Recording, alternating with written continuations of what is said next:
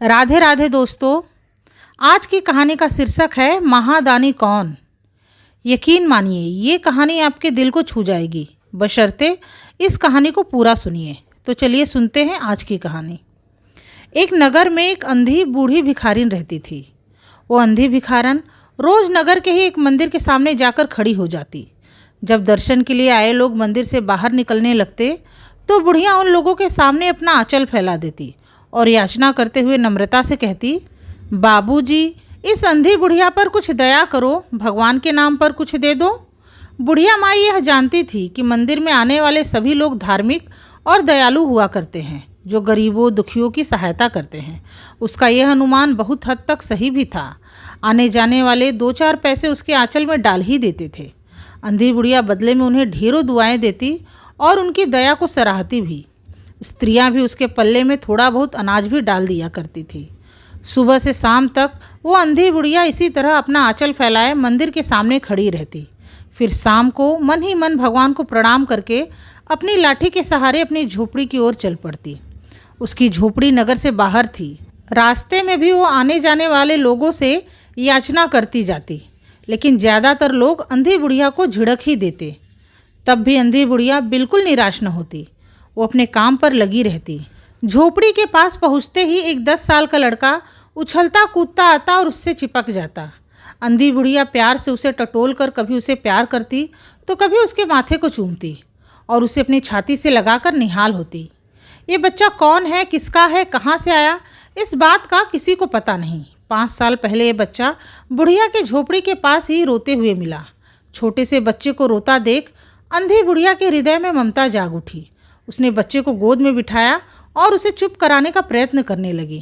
धीरे धीरे बच्चे को मिले महीनों बीत गए, पर कोई भी बच्चे को लेने या पता लगाने नहीं आया। अंधी बुढ़िया ने भगवान की कृपा समझकर उस बच्चे को अपना बेटा मानकर पालने लगी। पड़ोसियों ने आज तक उसे अकेले ही रहते देखा था, लेकिन अब अचानक से उसकी झोपड़ी में एक बच्चा भी था। वैसे तो ये घटना साधारण नहीं थी, पर उस अंधी बुढ़िया को सब अच्छे से जानते थे कि वो बहुत सीधी सच्ची और भली औरत है। सो किसी ने भी ये नहीं पूछा कि ये बच्चा किसका है।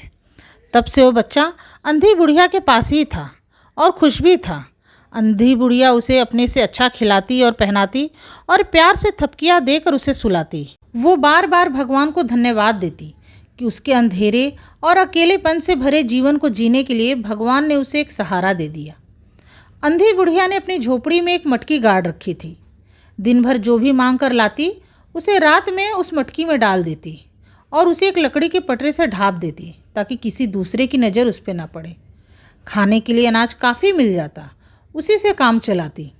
पहले बेटे को पेट भर खिलाती, फिर खुद खाती और रात में बेटे को अपनी छाती से लगाकर वहीं सो जाती। सुबह होते ही बेटे को खिला पिलाकर फिर से मंदिर के बाहर जाकर खड़ी हो जाती। उसी नगर में एक धर्मचंद्र नाम का सेठ रहता था। वो बहुत नामी और धनवान सेठ था। नगर का बच्चा बच्चा उसकी कोठी से परिचित था। सबको लगता था कि सेठ बहुत नेक और धर्मात्मा आदमी है। दिन के 12 बजे तक सेठ स्नान ध्यान और पूजा पाठ में ही लगा रहता। उसकी कोठी पर हर समय भीड़ लगी रहती थी। कुछ तो कर्ज लेने आते, लेकिन बहुत से ऐसे लोग भी थे जो अपनी जमा पूंजी को सेठ के पास धरोहर के रूप में सुरक्षित रखने के लिए आते। नगर के सैकड़ों भिखारी अपनी जमा पूंजी को सेठ धर्मचंद्र के पास ही जमा कर जाते। अंधी बुढ़िया भी ये बात जानती थी, पर अब तक उसने अपनी कमाई को कभी भी सेठ के पास जमा नहीं कराया था। लेकिन अब उसके पास काफ़ी पैसे जमा हो गए थे। उसकी मटकी लगभग पूरी भर गई थी। उसे डर लगा रहता कि कभी कोई इसे चुरा न ले। ये पैसे उसने अपने बेटे के भविष्य के लिए जोड़े थे, इसलिए वो इन पैसों को सुरक्षित रखना चाहती थी। सो एक दिन शाम के समय उसने उस मटकी को उखाड़ा और अपने फटे हुए आंचल से छिपाकर सेठ जी की कोठी पर पहुंची। सेठ जी अपने बही खाते के पन्ने पलट रहे थे। बुढ़िया को देखकर पूछा कि क्या है बुढ़िया। बुढ़िया ने धीरे से उस मटकी को सेठ के आगे सरका दिया और डरते डरते बोली, सेठ जी, इसे अपने पास जमा कर लो, मैं अंधी बुढ़िया कहाँ रखती फिरूंगी। सेठ जी ने मटकी को देखकर कहा, क्या है इसमें। तो अंधी बुढ़िया ने कहा, सेठ जी, भीख मांग मांग कर अपने बच्चे के लिए 2-4 पैसे जोड़े हैं, अपने पास रखने से डरती हूँ। अगर आप इन्हें अपने पास जमा कर लेंगे तो आपकी बड़ी कृपा होगी। सेठ जी ने अपने मुनीम को इशारा करते हुए कहा, बही खाते में जमा कर लो। फिर बुढ़िया से पूछा, तेरा नाम क्या है। अंधी बुढ़िया ने अपना नाम बताया। फिर मुनीम जी ने उसके पैसे को गिनकर उसके नाम से जमा कर दिया। बुढ़िया सेठ को आशीर्वाद देती हुई अपनी झोपड़ी में लौट आई। धीरे धीरे बुढ़िया के 2 साल बड़े सुख से बीत गए, लेकिन एक दिन अचानक से बुढ़िया का बेटा बीमार पड़ गया। बुढ़िया ने झाड़ फूँक करवाया, उसकी नज़र उतारी, टोने टोटके से भी काम लिया, पर उसके सारे यत्न विफल ही सिद्ध हुए। बेटे की दशा दिन प्रतिदिन बिगड़ती ही गई। बुढ़िया का कलेजा फटने लगा। साहस ने अब जवाब दे दिया। निराश होकर वो बैठ गई, लेकिन तभी उसे ध्यान आया कि हो सकता है बड़े वैद्य जी के इलाज से फ़ायदा हो जाए। इस विचार के आते ही वो गिरती पड़ती सेठ जी की कोठी पर आ पहुंची। सेठ जी अपने बही खातों में लगे हुए थे। अंधी बुढ़िया ने कहा, सेठ जी, मेरी जमा पूंजी में से 10-5 रुपये मुझे मिल जाए तो बड़ी कृपा होगी आपकी। मेरा बच्चा बहुत बीमार है, इलाज न हुआ तो वो मर जाएगा, उसे वैद्य जी को दिखाना है। सेठ जी ने कठोर स्वर में कहा, कैसी जमा पूंजी, कैसे रुपए? मेरे पास किसी के रुपए जमा नहीं है। सेठ की बात सुनकर बुढ़िया ने रोते हुए कहा, सेठ जी, 2 साल पहले मैं आपके पास अपनी धरोहर रख के गई थी, वो दे दीजिए, बड़ी दया होगी, मेरा बच्चा मर रहा है। तो सेठ जी ने मुनीम की ओर रहस्यमयी दृष्टि से देखते हुए कहा, मुनीम जी, जरा देखना तो इसके नाम से कोई रुपए जमा है क्या? बुढ़िया, तेरा नाम क्या है? ये सुनकर बुढ़िया की जान में जान आई, आशा बधी। नहीं तो सेठ की पहले की बातें सुनकर उसे लगा कि सेठ बेईमान है, लेकिन अब वो सोचने लगी कि हो सकता है उन्हें उसका ध्यान न रहा हो। ऐसे धर्मी आदमी भला झूठ कभी बोल सकते हैं क्या? उसने अपना नाम बताया तो मुनीम ने बही खातों को उलट पुलट कर देखा, फिर कहा, नहीं तो इसके नाम पर तो 1 पाई भी जमा नहीं है। इतना सुनकर बुढ़िया वहीं की वहीं जम गई। फिर वो रो रो कर सेठ जी से याचना करने लगी, सेठ जी, भगवान के लिए धर्म के नाम पर ही कुछ दे दीजिए, मेरा बच्चा जी जाएगा, मैं जीवन भर आपके गुण गाऊंगी। लेकिन सेठ का पाषाण हृदय न पिघला। उसने क्रोधित होते हुए कहा, सीधे से जाती है या नौकर को बुलाऊं? निराश होकर बुढ़िया लाठी टेक कर खड़ी हो गई और सेठ जी की ओर मुँह करके बोली, अच्छा सेठ जी, भगवान तुम्हें बहुत दे। ये कोई दुआ नहीं थी, बल्कि एक दुखिया का शाप था। फिर अपनी झोपड़ी की ओर चल पड़ी। मन ही मन सोच रही थी कि कितना बड़ा धर्मात्मा बनता है और इतना नीच काम।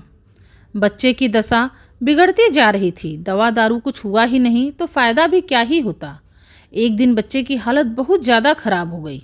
ऐसा लगा कि अब जान न बचेगी। बेचारी बूढ़ी अब हार गई थी। उसे रह रहकर सेठ पर क्रोध आ रहा था। इतना बड़ा धनवान आदमी है, 2-4 रुपए दे देता तो क्या चला जाता। फिर मैं उससे कुछ दान में थोड़ी ना मांग रही थी, अपने ही रुपए तो मांगने गई थी। सेठ जी से उसे घृणा हो गई। बैठे बैठे उसे कुछ सूझा। उसने अपने बच्चे को गोद में उठा लिया और ठोकरे खाती गिरती पड़ती सेठ के पास जा पहुंची और उसके दरवाजे पर धरना देकर बैठ गई। बच्चे का बदन बुखार से भभक रहा था और बुढ़िया का कलेजा भी। एक नौकर किसी काम से बाहर आया तो अंधी को बैठा देखकर उसने सेठ जी को सूचना दे दी। सेठ ने नौकर को हुक्म दिया कि उसे यहाँ से भगा दे। नौकर ने आकर अंधी को चले जाने को कहा, लेकिन वो अपनी जगह से न हिली। फिर नौकर ने मारने का भय दिखाया, पर बुढ़िया टस से मस न हुई। नौकर ने अंदर जाकर सेठ को बताया कि वो डराने पर भी वहीं बैठी है। नौकर की बात सुनकर सेठ खुद बाहर आया। देखा कि एक लड़के को गोद में लिए वो अंधी बुढ़िया बैठी हुई है। बच्चे को देखकर अचानक से सेठ को झटका लगा। बच्चे की शकल सूरत उसके बेटे से बहुत मिलती जुलती थी। 7 साल पहले उसका बेटा मेले में खो गया था। उसकी बहुत खोजबीन हुई, पर उसका कोई पता न चला। सेठ को याद आया कि उसके बेटे की जांघ पर एक लाल निशान था। याद आते ही सेठ ने बुढ़िया के गोद के बच्चे की जांघ देखी तो निशान वहीं था, बस पहले से थोड़ा बड़ा हो गया था। सेठ को अब विश्वास हो गया कि ये बच्चा उसी का है। उसने तुरंत बच्चे को बुढ़िया से छीनकर अपने कलेजे से लगा लिया। बच्चे का शरीर भट्ठी की तरह तप रहा था। जल्दी से नौकर को वैद्य को बुलाने के लिए भेजा और बच्चे को गोद में लिए अंदर जाने लगा तो अंधी बुढ़िया खड़ी होकर चिल्लाने लगी, अरे मेरे बच्चे को कहाँ ले जा रहे हो? मेरी सारी जमा पूंजी तो हजम कर गए, अब क्या मेरे बच्चों को भी छीनोगे? तो सेठ जी ने चिंतित स्वर में कहा, ये मेरा इकलौता बेटा है जो 7 साल पहले खो गया था। आज जब मिला है तो न तो इसे कहीं जाने दूंगा, ना कुछ होने दूंगा, और लाख जतन करके भी इसके प्राणों को बचाऊंगा। सेठ जी की बातें सुनकर बुढ़िया ने जोर से ठहाका लगाया, तुम्हारा बच्चा है इसलिए तुम इसे लाख जतन करके भी बचाओगे? मेरा बच्चा होता तो उसे मर जाने देते? क्यों, ये कौन सा न्याय है? इतने सालों तक मैंने अपना खून पसीना एक करके उसको पाला है, वो मेरा बेटा है, मैं तुम्हें उसे छीनने नहीं दूंगी। सेठ जी की दशा अब अजीब सी हो गई थी। न तो उनसे कुछ कहते बन रहा था, ना ही कुछ करते बन रहा था। कुछ देर तक वहीं मौन खड़े रहे, फिर घर के अंदर चले गए। बुढ़िया काफ़ी देर तक वहीं खड़ी रोती रही, फिर वो भी अपनी झोपड़ी में लौट गई। दूसरे दिन ईश्वर की कृपा हुई और दवा ने जादू सा असर दिखाया। बच्चे का ज्वर उतर गया। होश आने पर उसने अपनी आंखें खोली और सबसे पहले उसके मुंह से माँ निकला। अपने चारों ओर अपरिचित लोगों को देखकर उसने अपनी आंखें फिर से बंद कर ली। उसका ज्वर अब और अधिक बढ़ने लगा। बेहोशी की हालत में भी उसने बस माँ माँ की रट लगा रखी थी। वैद्य जी ने भी अब जवाब दे दिया। सेठ जी के हाथ पांव फूलने लगे, जैसे चारों ओर अंधेरा फैल गया हो। क्या करूं, एक ही तो बेटा है जो इतने सालों बाद मिला भी तो मृत्यु उसको अपने चंगुल में दबा रही है। कैसे बचाऊं अपने बच्चे को? अचानक से उसे अंधी बुढ़िया का ध्यान आया। पत्नी को बाहर भेजा कि देखो कहीं अब तक द्वार पर ही न बैठी हो, लेकिन वो वहाँ कहाँ। सेठ ने तुरंत बग्घी तैयार कराई और नगर के बाहर उसकी झोपड़ी पर जा पहुँचे। झोपड़ी में कोई दरवाज़ा नहीं था। सेठ अंदर गए तो देखा कि बुढ़िया एक फटे पुराने ताट पर पड़ी है और उसकी आंखों से लगातार आंसू बह रहे हैं। सेठ ने धीरे से उसे हिलाया तो उसका शरीर भी अग्नि की भांति तप रहा था। सेठ ने कहा, बुढ़िया, तेरा बच्चा मर रहा है। वैद्य जी भी निराश हो गए हैं। तेरा बेटा रह रहकर तुझे ही पुकारता है। अब तू ही उसके प्राणों को बचा सकती है। चल और मेरे नहीं अपने बच्चे की जान बचा ले। तो बुढ़िया ने कहा कि मरता है तो मरने दो, मैं भी मर रही हूँ। हम दोनों स्वर्ग लोक में फिर से माँ बेटे की तरह मिल जाएंगे। इस लोक में उसे सुख नहीं है, वहाँ मेरा बच्चा सुख में रहेगा। मैं वहाँ उसकी अच्छे से देखभाल करूँगी। बुढ़िया की बात सुनकर सेठ जी रो पड़े। आज तक उन्होंने किसी के सामने अपना सर न झुकाया था, लेकिन इस समय वो अंधी बुढ़िया के पैरों में गिर पड़े और रोते हुए बोले, ऐसे मत बोलो, अपनी ममता की लाज रख लो। आखिर तुम भी तो उसकी माँ हो। चलो, तुम्हारे जाने से वह बच जाएगा। ममता शब्द सुनकर बुढ़िया व्याकुल हो उठी। उसने तुरंत कहा, हाँ चलो। सेठ ने बुढ़िया को सहारा देकर बाहर ले आए और बग्घी में बैठा दिया। बग्घी सेठ के घर की ओर दौड़ने लगी। उस समय सेठ और बुढ़िया दोनों की एक ही दशा थी। दोनों ही चाहते थे कि वो जल्द से जल्द अपने बच्चे के पास पहुंच जाए। बग्घी कोठी के बाहर रुकी। सेठ ने सहारा देकर बुढ़िया को उतारा और अंदर ले गए। अंदर जाकर बुढ़िया ने बच्चे के माथे पर हाथ फेरा। बच्चा पहचान गया कि ये उसकी माँ के हाथ है। उसने तुरंत अपनी आंखें खोल दी। बुढ़िया को अपने पास खड़े देखकर बोला, माँ, तुम आ गई। बुढ़िया बच्चे के सिरहाने बैठ गई और उसके सर को अपने गोद में रख लिया। बच्चे को बहुत सुख का अनुभव हुआ। वह तुरंत ही उसकी गोद में सो गया। दूसरे ही दिन से बच्चे की दशा सुधरने लगी और 10-15 दिन में वह बिल्कुल ठीक हो गया। जो काम नीम हकीमों की दवाइयाँ और वैद्यों की पुड़िया न कर सके, वो बुढ़िया के स्नेहमयी सेवा ने पूरा कर दिया। बच्चे के पूरी तरह ठीक हो जाने पर बुढ़िया ने सेठ से विदा मांगी। सेठ ने बुढ़िया को बहुत कहा, बहुत मनाया कि वो उन्हीं के पास रह जाए, लेकिन बुढ़िया सहमत न हुई। विवश होकर उसे विदा करना पड़ा।